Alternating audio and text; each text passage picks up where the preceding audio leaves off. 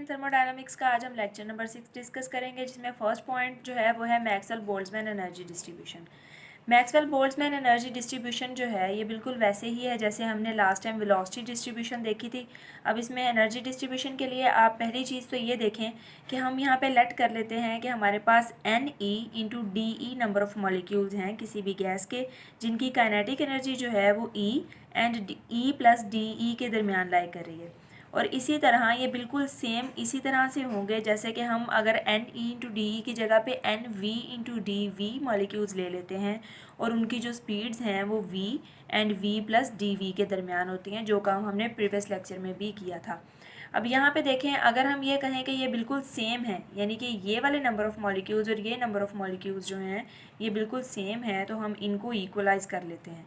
अगर इक्वल करेंगे तो यहाँ से एन ई की वैल्यू हम ले सकते हैं, that is equal to N V into D V over D E, यानी कि यही वाला डी ई जो था इधर जाके डिवाइड हुआ और ये जो है इक्वेशन आ गई हमारे पास, इक्वेशन 1। अब जैसा कि हमें पता है कि काइनेटिक एनर्जी जो है वो इक्वल होती है 1/2 mv²।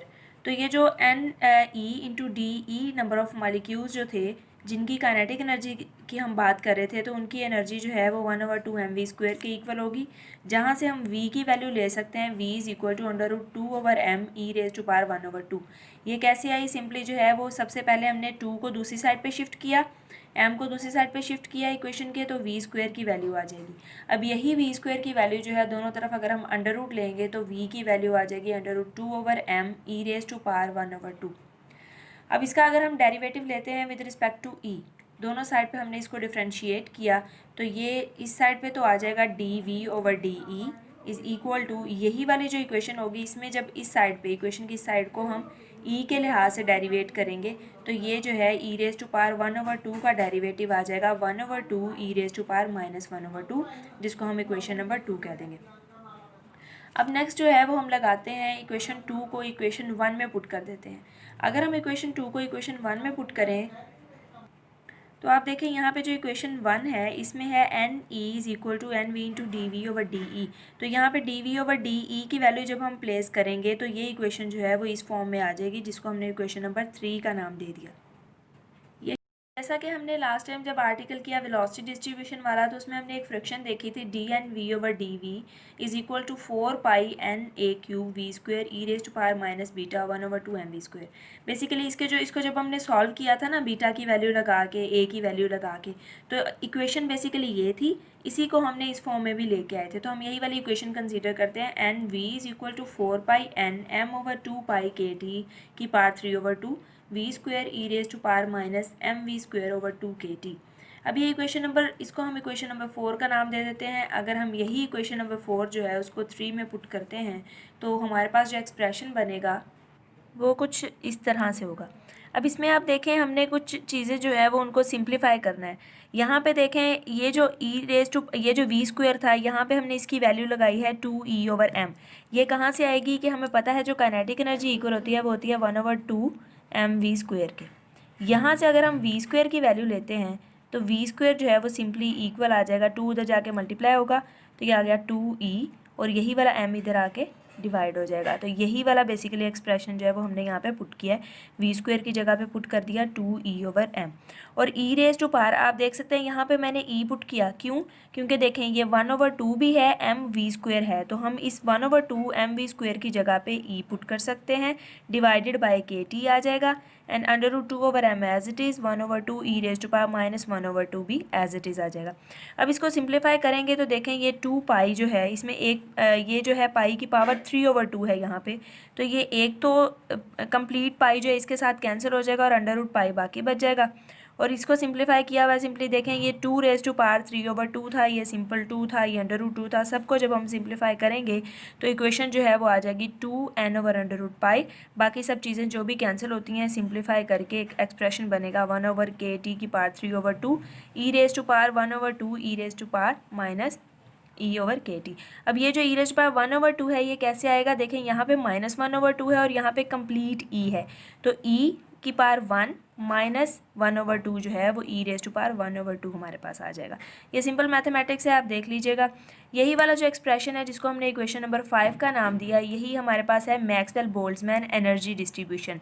तो एनर्जी की डिस्ट्रीब्यूशन जो है वो हमें कम्प्लीटली इस फॉर्मूला के ज़रिए मिल सकती है। नेक्स्ट अगर हम इंटरनल एनर्जी की बात करें कि आइडियल गैस की इंटरनल एनर्जी क्या होगी, तो इंटरनल एनर्जी क्या है, सम ऑफ ऑल एनर्जीज़, यानी कि जितनी भी पॉसिबल एनर्जीज़ हो सकती हैं मॉलिक्यूल्स की, उनको ऐड करते हैं तो वो उसकी इंटरनल एनर्जी होती है, जिसको हम कह सकते हैं sum of kinetic energy and potential energy is called internal energy. ये हम पहले डिस्कस किया हुआ है, हमने इंटरनल एनर्जी क्या है उसको डिटेल में पढ़ा हुआ है। तो यहाँ पे हम देखते हैं कि नंबर ऑफ़ मॉलिक्यूल्स, अगर हम ये बात करेंगे टोटल नंबर ऑफ़ मॉलिक्यूल्स हम ले रहे हैं, तो हमने कहा था कि नंबर ऑफ़ मॉलिक्यूल्स NE/DE हैं। ठीक है, ये हमने पहले जो है एजम्पशन ली हुई है, स्टार्ट पे, इस आर्टिकल के स्टार्ट पे देखा। तो आप देखें कि यहाँ पे टोटल नंबर ऑफ़ मॉलिक्यूल्स लेने हैं तो हमने 0 से इन्फिनिटी तक यहाँ पे लिमिट अप्लाई कर दी है, जिसमें अगर हम इन्हीं नंबर ऑफ़ मॉलिक्यूल्स की एनर्जी डिस्ट्रीब्यूशन लेना चाहें तो टोटल इंटरनल एनर्जी जो है उसके लिए हम इस टोटल नंबर ऑफ़ मॉलिक्यूल्स को टोटल एनर्जी E के साथ मल्टीप्लाई कर देंगे, तो ये इस पूरे सिस्टम की इंटरनल एनर्जी आ जाएगी। नेक्स्ट आप देखें, इसमें हमने वैल्यू पुट की है एन ऑफ ई की जो वैल्यू हमने ऊपर जो डिफ़ाइन की थी, जिसको हमने इक्वेशन नंबर 6 का, आई थिंक 5 का नाम दिया था, ये जो इक्वेशन नंबर 5 है यही वाली वैल्यू हम यहाँ पे पुट कर देंगे इस जगह पे, यानी कि इंटरनल एनर्जी वाले एक्सप्रेशन में। तो हमारे पास जो एक्सप्रेशन आएगा 2n/√π इंटू 1/kT की power 3/2 e raise to power 3/2 and e raise to power minus e/kT and D जो है वो एज इट इज़ आ जाएगा। अब यहाँ पे e raise to power minus 3/2 नहीं था, यहाँ पे 1/2 था उस एक्सप्रेशन में, लेकिन एक e ये वाला भी मौजूद है, तो ये टोटल जो है वो 3/2 हो जाएगा। यहाँ पे हम लेट करते हैं इस इंटीग्रेशन को सिंप्लीफाई करने के लिए पुट कर देते हैं, सब्सटीट्यूशन मेथड जो है वो इस्तेमाल करेंगे, पुट करेंगे u = e/kt, जिसमें e जो है अगर हम यहाँ से e के लिए एक्सप्रेशन निकालें तो वो kt/u आ जाएगा। जब हम दोनों तरफ डेरिवेटिव लेंगे तो ये आ जाएगा de = kt/du। अब हमने इसी एक्सप्रेशन, ये जो ऊपर हमारे पास एक्सप्रेशन था इंटरनल एनर्जी वाला, उसमें ये वैल्यूज़ पुट करते हैं, तो जो हमारे पास एक्सप्रेशन बनेगा उसमें आप देखें internal energy is equal to 2n/π जो है ये तो आ जाएगा इंटीग्रेशन के बाहर, इंटेग्रल के बाहर आ जाएगा। क्यों? क्योंकि ये कांस्टेंट क्वांटिटी थी, इसी तरह 1/kT भी एक कांस्टेंट क्वांटिटी है। बाकी जो है ये 0 टू इन्फिनिटी kT की पावर 3/2, ये कैसे आया? अब देखें यहाँ पे जो है वो हमने लगाया हुआ है kT की पावर 3/2 लगा। आप देखें यहाँ पे ये जो एक्सप्रेशन है इसमें हमने e/kT को u के इक्वल कहा हुआ है, तो यहाँ पे अगर हमें u की पावर 3/2 हमने ली है तो उसके लिए पहले हमें इस एक्सप्रेशन को मल्टीप्लाई करना पड़ना था, डिवाइड करना पड़ना था kT के साथ, और मल्टीप्लाई भी करना पड़ना था kT की पावर 3/2 के साथ।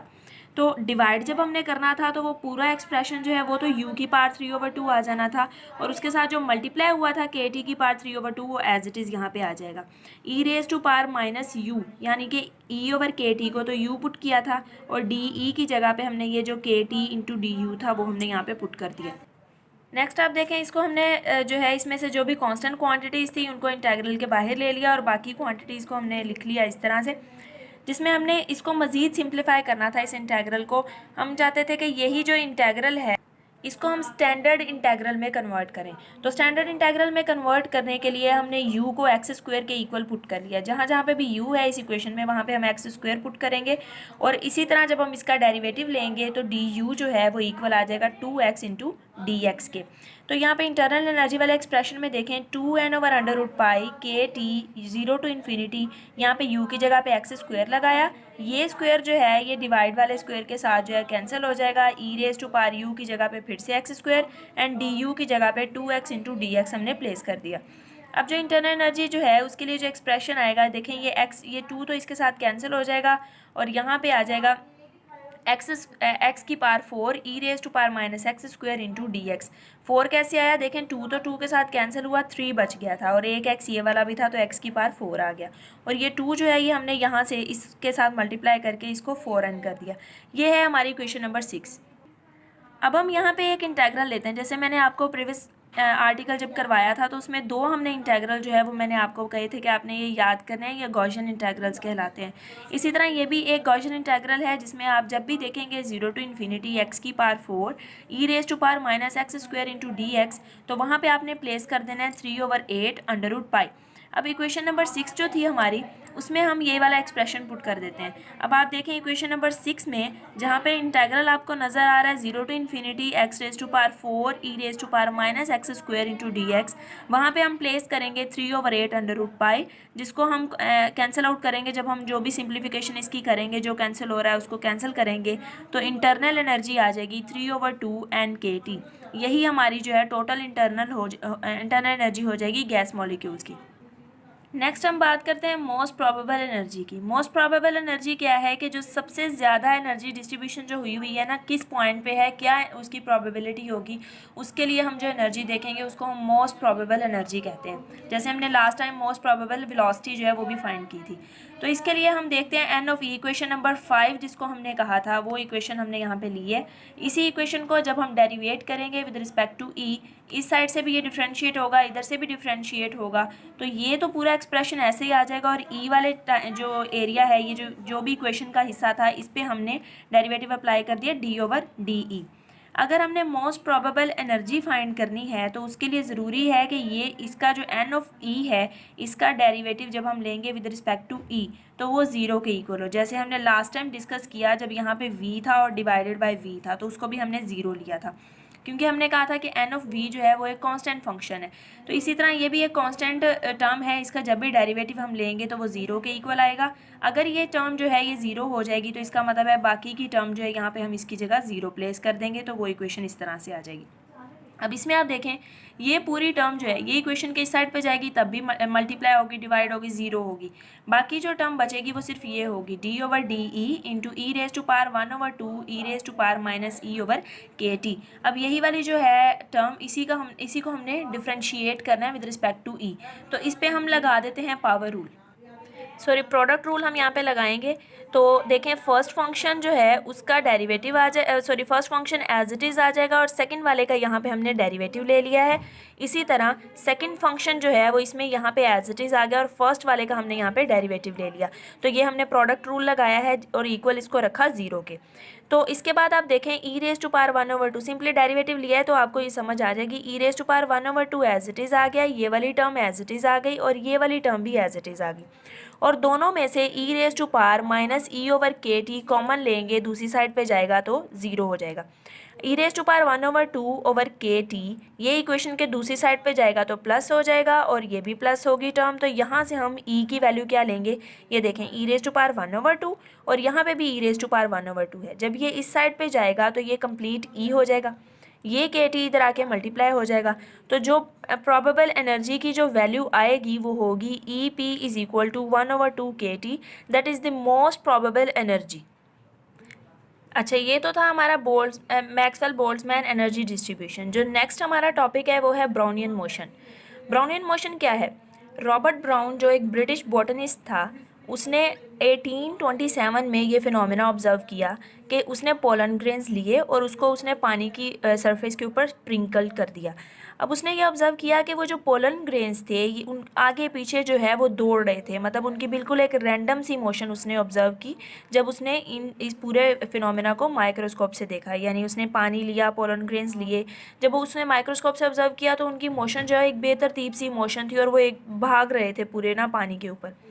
उसने इस बिहेवियर को एक्सप्लेन करने की तो कोशिश की, लेकिन उसने फिर ये कहा कि शायद हो सकता है कि ये पोलन ग्रेन्स जो हैं ये लिविंग ऑर्गेनिजम्स हैं, लिविंग ऑर्गेनिजम्स के ज़िम्रे में आ रहे हैं, तो इस वजह से शायद ये मूव करें। लेकिन जब उसने कोई और चीज़ ली, यानी कि मतलब जैसे उसने सैंड पे एक्सपेरिमेंट किया या बहुत सारे और दूसरे ऑर्गेनिजम्स पे भी एक्सपेरिमेंट किया, तो उसने ये देखा कि वो भी इसी तरह से मूव करते थे, माइक्रो ऑर्गेनिजम्स। तो उसने ये कहा कि ये इसका मतलब है कि इसमें कोई तो ऐसा फिनोमेना हो रहा है जिसकी वजह से ये रैंडमली मूव कर रहे हैं। लेकिन बाद में उसने इसको एक्सप्लेन इतना नहीं किया, तो ये बिल्कुल अनएक्सप्लेन्ड बिहेवियर ही रह गया। उसके बाद आप इसी तरह का सेम बिहेवियर आप देख सकते हैं, ये तो था ना पोलन ग्रेन्स के लिए। आप देख सकते हैं जैसे कि आप डस्ट अगर आ रही है, डस्ट पार्टिकल्स को माइक्रोस्कोप की मदद से आप देखें तो वो भी आपको ऐसे लगेंगे जैसे वो मूव कर रहे हैं, या स्मोक जो है वो भी इसी तरह से महसूस होता है। और दूसरा जो फिनोमिना है आप इसी तरह का ऑब्जर्व कर सकते हैं, जब आप सनलाइट आपकी विंडो से कमरे में आ रही हो, डस्टी रूम हो, वहाँ पर आपकी सनलाइट आ रही है, तो आप जो है उसको डस्ट पार्टिकल्स आप देखेंगे कि वो जो डस्ट पार्टिकल्स होंगे ना वो भी रैंडमली मूव कर रहे होंगे। तो ये फिनोमिना जो है इसके पीछे क्या चीज़ थी और क्या मतलब इसके पीछे क्या लॉजिक था, इसको समझने की ज़रूरत थी। अब ये रॉबर्ट ब्राउन के नाम पे ही इसका नाम जो है वो ब्राउनियन मोशन रख दिया गया बाद में, लेकिन अभी क्योंकि ये एक्सप्लेन नहीं हुई थी तो जब हमें पता है काइनेटिक थ्योरी क्या है। काइनेटिक थ्योरी के दो मेन पोस्टुलेट्स जो हैं वो ये हैं कि गैसेस जो हैं वो स्मॉल पार्टिकल्स यानी एटम से मिलकर बनी हुई हैं, और यही पार्टिकल्स जो हैं ये हमेशा मोशन में रहते हैं। लेकिन ये जो काइनेटिक थ्योरी थी इसके ऊपर इतना कोई यकीन नहीं कर रहा था। मतलब ये है कि जब ये काइनेटिक थ्योरी आई उसके बाद तक भी एटम्स का कंसेप्ट नहीं था। तो जो लोग इसको मानते थे वो कहते थे कि काइनेटिक थ्योरी को माने, क्योंकि ये एक बहुत वैलिड जो है वो थ्योरी है और बिल्कुल एक बहुत अच्छी एक्सप्लेनेशन दे रही है पार्टिकल्स के बारे में और गैसेस के बिहेवियर के बारे में। लेकिन इतने ज़्यादा जो है इसको एटम की एग्जिस्टेंस को भी तब तक जो है प्रूव नहीं किया गया था, इसलिए इसको मानना थोड़ा मुश्किल था, लोग नहीं एक्सेप्ट कर रहे थे इसको।